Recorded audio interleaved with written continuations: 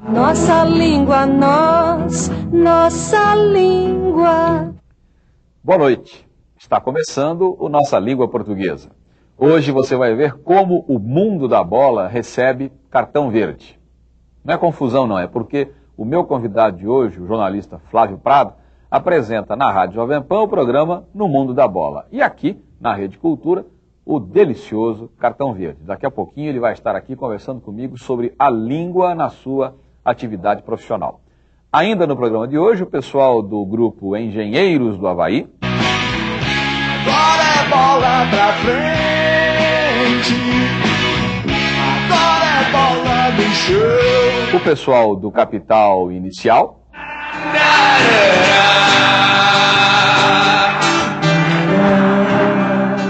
E o povo respondendo a algumas perguntas. Ela quer ficar a só ou ela quer ficar a sós? E eu volto daqui a pouquinho. Língua portuguesa, nossa língua portuguesa, nossa língua, nossa língua, nossa língua portuguesa. Nossa língua. Nossa língua portuguesa. Nossa língua, nossa língua. Nossa língua, nossa língua portuguesa. Nossa língua, nossa língua, nossa língua portuguesa. Nossa língua, nossa língua. Flávio, antes de mais nada, muito obrigado pela presença, por ter aceitado o convite. Muito obrigado, prazer é todo meu. O Flávio, pouca gente sabe, ele trabalha na televisão, isso todo mundo sabe, mas pouca gente sabe que o Flávio tem outras atividades. O Flávio, por exemplo, é professor universitário, né? O Flávio é advogado, jornalista. E, obviamente, você está diretissimamente ligado à questão da língua. Então, queria começar por aí. Como é que é o seu relacionamento lá na faculdade com os seus alunos no que diz respeito à língua? Você é chato nesse negócio ou não? Sou chato. Confesso que sim. Eles sabem disso, eu desconto ponto por erro de português. Eu dou aula para terceiro e quartos anos de jornalismo na São Judas e agora estou fazendo a coordenação do curso de jornalismo de rádio e TV da Unisa. E a coisa é muito clara. Um aluno que chega numa faculdade, principalmente de jornalismo ou de rádio e TV, quer dizer, vai mexer com comunicação, é inadmissível que ele cometa erro de português. Pelo menos aquele erro errado, a gente sempre erra um pouquinho, mas aquele erro grave é inadmissível e eu desconto nota se isso acontecer. O aluno corre o risco de ser reprovado por erro de português. E eles aceitam ou acham que isso é, sei lá, é alguma coisa? Eu nunca perguntei, sabe? Eu comunico e ponto. Quer dizer, não tem jeito. É o tipo da coisa que não dá para discutir. Como é que o jornalista não sabe escrever? Não é verdade? É um absurdo. Essa coisa de não usar pontuação, a vírgula não existe, o acento não existe, a gente vai tirando ponto. E já teve casos de alunos serem reprovados exatamente por causa disso. E, especificamente, Flávio, no jornalismo esportivo, como é que eu sei que a pergunta é um pouco delicada, e eu convidei você aqui justamente por isso, porque eu considero você um jornalista esportivo diferenciado. Eu acho que você tem não só o nível no que diz respeito à informação, você sempre está por dentro do fato e não dá informação errada, mas eu noto em você uma sobriedade de linguagem. Como é que você vê isso no jornalismo esportivo? Não precisa citar nome de jeito nenhum, mas você acha que a linguagem no jornalismo esportivo tem esse nível aceitável, ou você vê a coisa pobre, ou como é que é? Depende do caso, como é que é isso? Olha, isso aí é uma coisa que a gente precisa ver com um certo cuidado, com uma certa delicadeza, porque é verdade, sim, muitas vezes a pessoa não aperfeiçoa a língua, ele não se preocupa com isso, até por um trabalho anterior, ou seja, a pessoa talvez não tenha chegado a um nível universitário, tenha feito um ginásio, um colegial muito mal feito, e isso vai acabar resultando nesse processo final. Mas isso começa a mudar, no meu modo de entender, na medida que o curso de jornalismo passa a ser obrigatório também para o cronista esportivo. Porque antes você entrava na condição de radialista, você tinha algumas brechas para poder entrar sem ter uma universidade, né? Hoje já fica mais difícil, já é um pouco mais complicado. E as pessoas confundem um pouco o que é uma linguagem popular, uma forma coloquial de se falar, com o erro de português. Então eu procuro me colocar, quando eu faço meu comentário, quando eu faço as minhas observações, quando eu apresento aqui o nosso cartão verde, de uma maneira bem popular, de uma maneira que o torcedor me entenda com facilidade. Eu não vejo motivo, eu acho até errado, eu considero um erro o jornalista esportivo tentar rebuscar a linguagem, já que o público que ele quer, que é o público consumidor daquela matéria-prima, ele é um público que normalmente gosta de uma linguagem mais tranquila, mais suave. Eu não consigo imaginar, por exemplo, uma pessoa discutindo futebol usando uma mesóclise. É complicado. Mas isso sem que você ofenda a linguagem, né? Sem que você ofenda a língua portuguesa, sem que aquilo vá doer no seu ouvido. Então é por aí, achasse o meio termo onde você fale corretamente, mas da maneira mais coloquial possível. É o coloquial correto, o coloquial bem usado, né? Aquele coloquial que não beira o vulgar. Não é Eu isso? costumo dar o seguinte exemplo para os meus alunos. Você deve falar como se você estivesse falando com a sua mãe. Ou seja, respeitosamente, mas com intimidade. Né? Eu acho que esse é o caminho correto para você poder se colocar de uma maneira próxima daquilo que a pessoa vai te entender. Ela não te admite uma liberdade maior, mas ao mesmo tempo você também não vai usar uma linguagem rebuscada com a sua mãe. Eu acho que é por aí. Você chegando nisso, o pai, o irmão mais velho, eu acho que você está chegando no ponto certo. Gostei da relação. Como é que é? Vamos repetir? Como é que é mesmo? É como se estivesse falando com a mãe. Com a mãe, ou seja, de uma maneira respeitosa, porém íntima. A gente vai conversar mais um pouco com o Flávio. Já a gente vai voltar.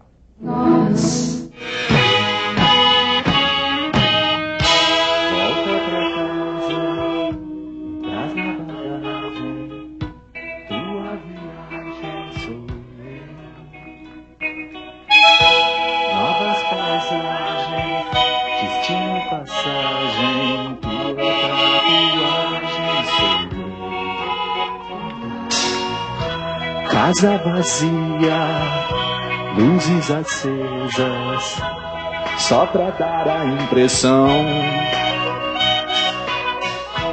Cores e vozes, conversa animada.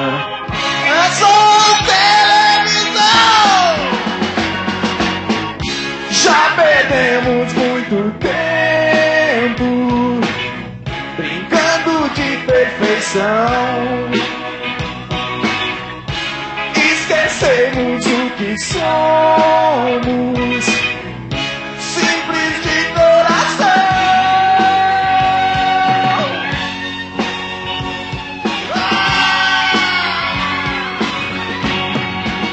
Você ouviu aí o pessoal do grupo Engenheiros do Havaí cantando Simples de Coração. E nessa letra há dois trechinhos que chocam sim, porque sempre que se usa o verbo ser desse jeito inesperado, a letra diz tua viagem, e ninguém espera tua viagem sou, não é? O que se espera é tua viagem tua viagem era, tua viagem foi.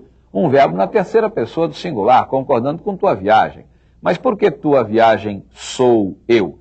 Porque o verbo ser está ligando aí viagem, substantivo, eu, pronome pessoal. E é claro que prevalece o pronome pessoal por todos os motivos, por motivos óbvios. A pessoa prevalece sobre aquilo que não é pessoa.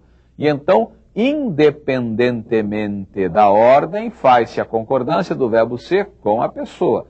Eu sou tua viagem sou eu. No caso dos meninos aqui do Engenheiros, de novo aparece na segunda passagem, tua tatuagem sou eu sou tua tatuagem. Então a história é a seguinte, quando o verbo ser está ligando pronome pessoal, pessoa, ser humano, a um outro elemento que não designa pessoa, ser humano, prevalece a pessoa independentemente da ordem. Eu sou o teu futuro sou eu. Que exagero essa frase, né? Meu Deus do céu. Mas em termos de concordância, ela é perfeita. Se dá certo ou não depois na vida fora, só Deus e o destino é que podem dizer. Mas é isso. Teu destino sou eu sou teu destino. Tua tatuagem sou eu sou tua tatuagem. Tua viagem sou eu sou tua viagem. É isso. Língua portuguesa, nossa língua portuguesa, nossa língua. Eu volto a conversar com Flávio Prado. E, Flávio, há uma coisa que eu noto sempre nos seus comentários, principalmente na Rádio Jovem Pan, nem tanto na televisão. eu sou ouvinte da Jovem Pan, digo isso aqui sem nenhum medo, sem nada. Eu acho que a Jovem Pan, eu perguntei aquilo antes para você da história da linguagem jornalística no esporte, eu acho que a Jovem Pan faz o rádio esportivo certo. E eu ouço você, de vez em quando, fazendo uns comentários sobre o nível do dirigente esportivo brasileiro, da organização do futebol brasileiro, e eu ouço você usando palavras fortes.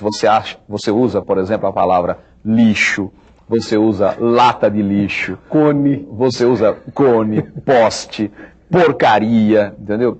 E eu acho isso legal, porque as pessoas têm um certo medo de usar determinadas palavras, ficam com... E quando uma coisa é uma porcaria, entendeu?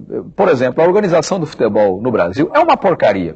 Então o que eu vou dizer? Que é ruim, que a coisa é mal feita? Porcaria, por que não? Porque é uma porcaria mesmo. Isso sai, é espontâneo? Como é que é esse troço em você? Então, eu sempre fui uma pessoa que vivi futebol.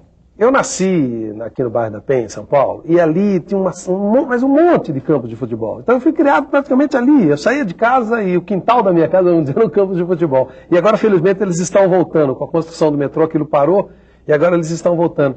Então o meu mundo sempre foi muito esse do futebol.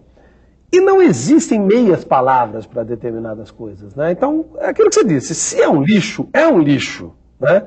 Então essa história, por exemplo, do cone, isso é uma coisa própria de um jogo de futebol de várzea, quando ninguém ofende ninguém, mas de repente a ofensa maior é você dizer que o cara tem a mesma utilidade de um cone. Mas isso é o linguajar do futebol, mas é uma coisa, de novo a gente entra naquilo. Você está brincando com a pessoa, você está falando sério com ela, mas você não precisa falar um palavrão para ofendê-la. E tem certas coisas que a expressão que sai do seu coração, aquilo que você está falando realmente com vontade, com raça, com garra, não dá para você escolher a palavra. Então, quer dizer, esse jogo está um lixo. Isso é falta de respeito com o torcedor. O torcedor pagou, o campo está um lixo, a cadeira está suja, vocês têm obrigação. Esse tipo de coisa a gente tem que falar. Não tem porquê. Porque no momento que você comete um erro no seu trabalho, ou eu no meu, a cobrança é dura. Por falar esse tipo de coisa, alguém já pegou no seu pé, dizer, Flávio, que é isso, lixo e tal, muito pesado, como é que é esse negócio? Não, no começo causou um pouco de susto, assim, porque a Jovem Pan... Ela tem uma linha muito discreta. De repente aparece um maluco com essas coisas de lixo, de cone, de lata d'água, cadeira e tal. As pessoas ficaram tanto assustadas, né? Mas hoje a coisa já vai normalmente. Até de vez em quando o Silvério fala um conezinho, o Vanderlei Nogueira fala um lixo e a coisa vai, né? A coisa acabou pegando. E por que mais no rádio do que na TV? Na TV, por exemplo, eu não ouço com a mesma... frequência. Porque... Porcaria, por exemplo, acho que eu pouco ouvi você falar na televisão. Posso estar enganado, não sei. Não, você tem razão. É que acontece o seguinte, o cartão verde, a minha função é ancorar. Então, eu sim, tenho uma liberdade para comentários, é assim que a coisa funciona, mas normalmente a minha função é tocar o programa. Ou seja, os comentários, eles ficam mais, a posição, a opinião fica mais com o Juca e com o Trajano. E nós temos que explorar os convidados, tocar os convidados. Então, eu não me sinto à vontade, por exemplo, digamos, de caçar a palavra de um convidado para emitir um conceito. A não ser que seja uma coisa que eu entenda que seja muito importante. Se for uma coisa, por exemplo, que eu concordo com o Juca e com o Trajano, não há nenhuma necessidade de eu interromper para dizer eu também concordo. Então, normalmente, quando eu emito alguma opinião, é porque ela não está batendo com um dos dois. E nós somos amigos, né? Principalmente, nós três somos extremos, temos uma amizade ótima, nos damos muito bem. Mas, é claro, não há necessidade que a gente pense igual. Então, só quando há um ponto de vista bem oposto é que eu faço questão de registrar. Caso contrário, eu prefiro passar, sabe? Tocar o programa e por isso é que eu não emito opinião. Já na Jovem Pan eu sou um comentarista, quer dizer, a opinião é minha. Então não tem jeito, não dá para deixar isso para o Silvério, para o Vanderlei ou para o Luiz Carlos, não. Eu tenho que ser a opinião. Por isso que eu coloco mais essa opinião na Jovem Pan do que propriamente no Cartão Verde, onde a minha função é outra. Né? Flávio, você era repórter de campo, trabalhou muito tempo com o Silvio Luiz, né? Depois você passou a comentarista, foi lá para cima, né? Como na cabina, né? Que é como está no dicionário. A linguagem, como é que é? A linguagem do repórter de campo, a linguagem de quem está lá em cima, como é que é isso? Muda bem. Inclusive, a linguagem do rádio para a televisão, ela já é complicada, né? Eu era repórter de televisão e passei a comentarista de rádio. Até o ritmo muda. você, enquanto repórter de televisão, você tem a imagem ao seu lado, ou contra você, dependendo do que você fale. E no caso do rádio, você segura, no momento que ele joga para você, você é a palavra, você tem que segurar aquilo sozinho e passar passar muda bem, você tem que ser mais objetivo, menos descritivo e ter um espaço muito menor para falar. Porque enquanto eu tiver a imagem, eu posso usar a imagem e a minha voz está acompanhando. A narração não. A narração não pode parar no rádio. Então eu tenho que ser muito curto, muito objetivo e ao mesmo tempo entrar de uma maneira bem mais firme do que quando eu estou lá embaixo como repórter de campo, porque eu posso entrar e simplesmente dar uma informação, que é muito mais simples, né? Muito mais tranquilo e que não vai atrapalhar a transmissão. Enquanto no rádio, se eu não for sucinto, se eu não for objetivo e rápido, eu posso atrapalhar a narração de um gol, por exemplo. E o vocabulário muda? O tipo de frase muda? O repórter tem que ter um tipo de vocabulário, um tipo de frase, e o comentarista outro, ou não? Ou a linguagem é mais ou menos a mesma nesse aspecto? Eu não mudei não. Apenas o ritmo, né? A maneira, o falar de uma maneira um pouco mais rápida e um pouco mais curta no rádio, porque eu tenho um problema também dessa coisa do veículo, né? Quando eu mudei de posição, eu também mudei de veículo. A televisão ela é mais conversada, ela é mais falada, o rádio não, o rádio é mais ritmo, é mais pique, né? Então, isso mudou, mas em termos de linguagem não. Às vezes, como eu trabalhava com o Silvio Luiz, a gente usava algumas coisas especiais, porque era mais um show do que propriamente uma transmissão. Mas de um modo geral não, nada que fosse marcante não. Hoje você faz muito comentário na Rádio Jovem Pan, vendo o jogo pela televisão. Você, durante a semana, por exemplo, não vai, se o jogo é fora de São Paulo, você não vai ver o jogo lá. Você está vendo pela televisão. Isso é melhor, pior? Isso ajuda, não ajuda? Como é que é? Ver ali na hora, no estádio, ali não tem replay, né? Depende do que você considera importante para um comentarista. As pessoas, às vezes, têm uma credibilidade tão grande no que o comentarista fala, que se você disser que foi pênalti e não foi, você perde alguns pontos, que é uma coisa engraçada. O comentarista, no meu modo de entender, tem que ser aquele que fala da tática do jogo, ele projeta o jogo. E mesmo assim de uma maneira muito discutível, porque aquilo não é matemático. Às vezes um time está melhor, o outro vai e faz um gol. Não tem explicação, o goleiro falha, etc.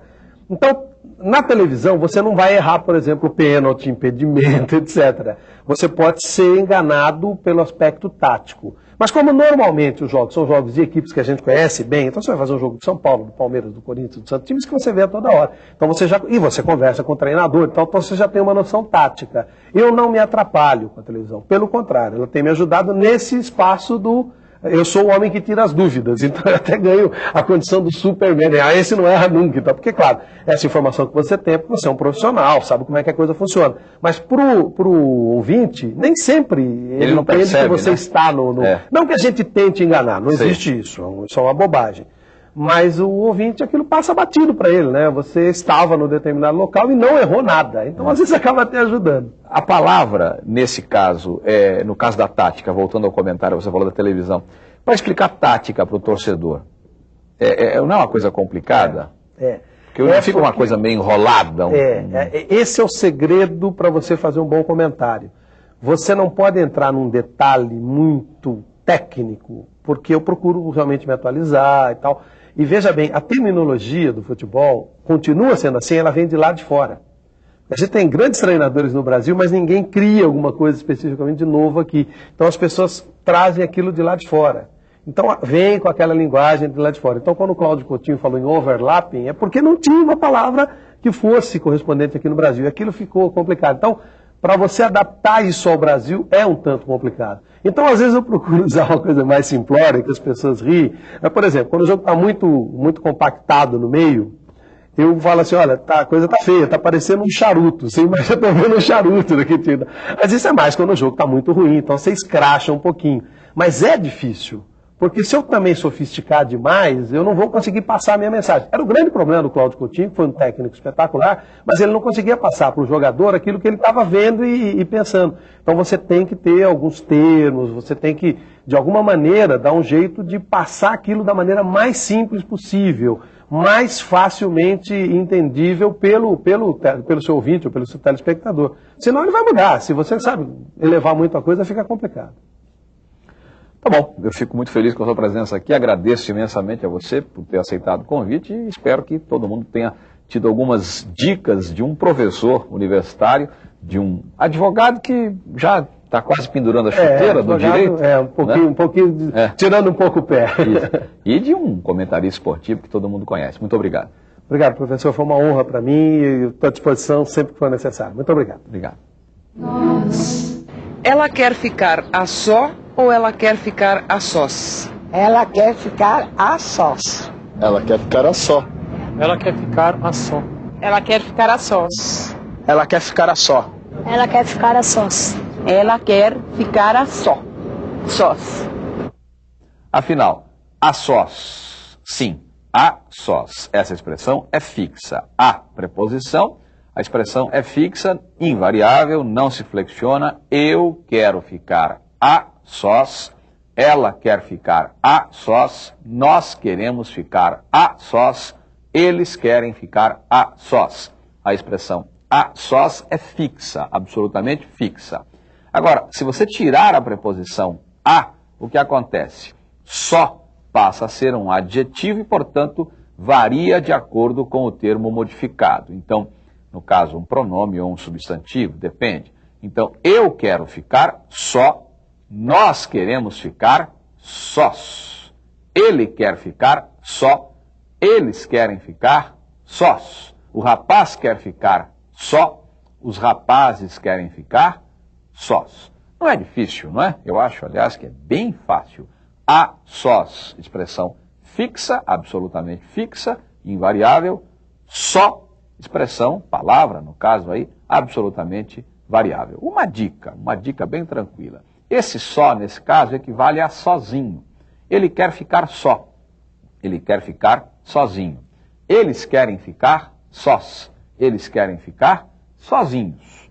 Elas querem ficar sós. Elas querem ficar sozinhas. Ela quer ficar só. Ela quer ficar sozinha. Acho que essa dica mata de vez essa dúvida. É isso. Língua portuguesa, nossa língua, nossa língua, nossa língua portuguesa, nossa língua. Você já ouviu aquele pessoal que tem tanta preocupação, mas tanta preocupação com a concordância, que acaba até exagerando nessa preocupação e acaba concordando até o que não deve sair do singular, o que não deve sofrer variação? Por exemplo, isso acontece muito com o infinitivo. Muita gente fala, nós precisamos lutarmos para podermos vencermos os jogos que vamos disputarmos, do contrário não iremos nos classificarmos e ficaremos e sabe Deus o quê, porque eu já exagerei aqui na coisa do infinitivo. Mas é claro que muita gente vai além da cota, além do necessário. Eu me lembro de um famoso caso de um supermercado aqui de São Paulo em que se diz: queiram por gentileza comparecerem, queiram por gentileza comparecerem, não dá. Queiram comparecer. Devemos falar e não devemos falarmos, e por aí vai. Agora, e quando o infinitivo aparece no meio do texto ali, com várias orações e tal, fica aquela dúvida, eles foram a Brasília para tentar, eles foram a Brasília para tentarem, como é que é isso? Vamos ver se a música nos dá alguma dica, vamos ver.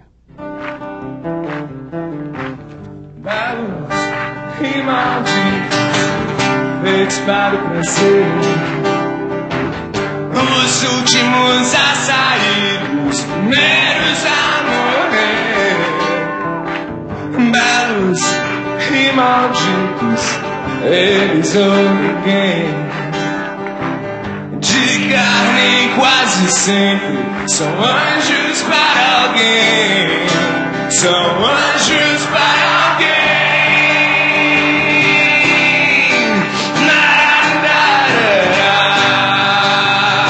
O pessoal do Capital Inicial aí deu uma boa dica nessa canção chamada Belos e Malditos. A música diz: belos e malditos, feitos para o prazer, os últimos a sair, os primeiros a morrer. Os últimos a sair ou os últimos a saírem? Os primeiros a morrer ou os primeiros a morrerem? Aqui vai uma dica muito, muito, muito tranquila. A, preposição. E toda vez que o infinitivo for introduzido por preposição, que pode ser a, que pode ser de, né?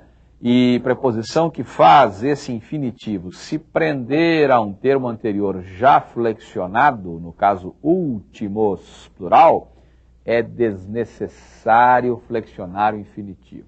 Então, eles estão proibidos de circular. Estão proibidos de circular. Note a preposição de, prendendo esse infinitivo circular a um termo anterior que já apresenta flexão. Proibidos. Portanto, nem pensar em dizer eles estão proibidos de circularem. Inútil essa flexão, absolutamente inútil. Foram obrigados a ficar e não foram obrigados a ficarem. Note a preposição a, prende o verbo ficar à palavra anterior. Obrigados, foram obrigados a alguma coisa e o infinitivo não precisa ser flexionado. Foram obrigados a ficar. Acertou aqui o pessoal que cantou a canção, o pessoal do Capital Inicial, os últimos a sair, os primeiros a morrer. Corretíssima a não flexão. Vamos ver um outro caso agora. Sua tristeza é tão exata e hoje em dia é tão bonito. Já estamos acostumados a não termos mais nem isso. Você ouviu aí Legião Urbana, Renato Russo, né, cantando Há Tempos. E a letra diz, a certa altura, já estamos acostumados a não termos. Já estamos acostumados a não termos. Vamos tirar o não. O que é que você diria? Já estamos acostumados a fazer. Já estamos acostumados a ver. Já estamos acostumados a sair. Já estamos acostumados a ter. É aquilo que eu disse. A preposição prende o infinitivo ao elemento anterior que já está flexionado. O não aí, teoricamente, não deveria causar nenhum tipo de alteração. Portanto, já estamos acostumados a não ter, em vez de já estamos acostumados a não termos. Aí entra alguém e diz, mas é poesia, existe a necessidade de enfatizar. É verdade, o poeta tem essa liberdade. Ele pode flexionar o infinitivo aqui, num caso muito específico, a título de ênfase, de realce, até de insistência na flexão. Termos, nós, para repetir, para enfatizar, para insistir. Mas isso em determinados níveis de texto. Num texto poético como este, é até cabível. Num texto formal, não. Não flexione o infinitivo nesses casos. A preposição já dá a dica. Estamos acostumados a não ter. É isso. Língua portuguesa, nossa língua portuguesa, nossa língua, nossa língua, nossa língua portuguesa. Nossa língua. Nossa língua portuguesa. Nossa língua portuguesa, nossa língua. Nossa língua, nossa língua portuguesa. Nossa língua, nossa língua, nossa língua portuguesa. Nossa língua,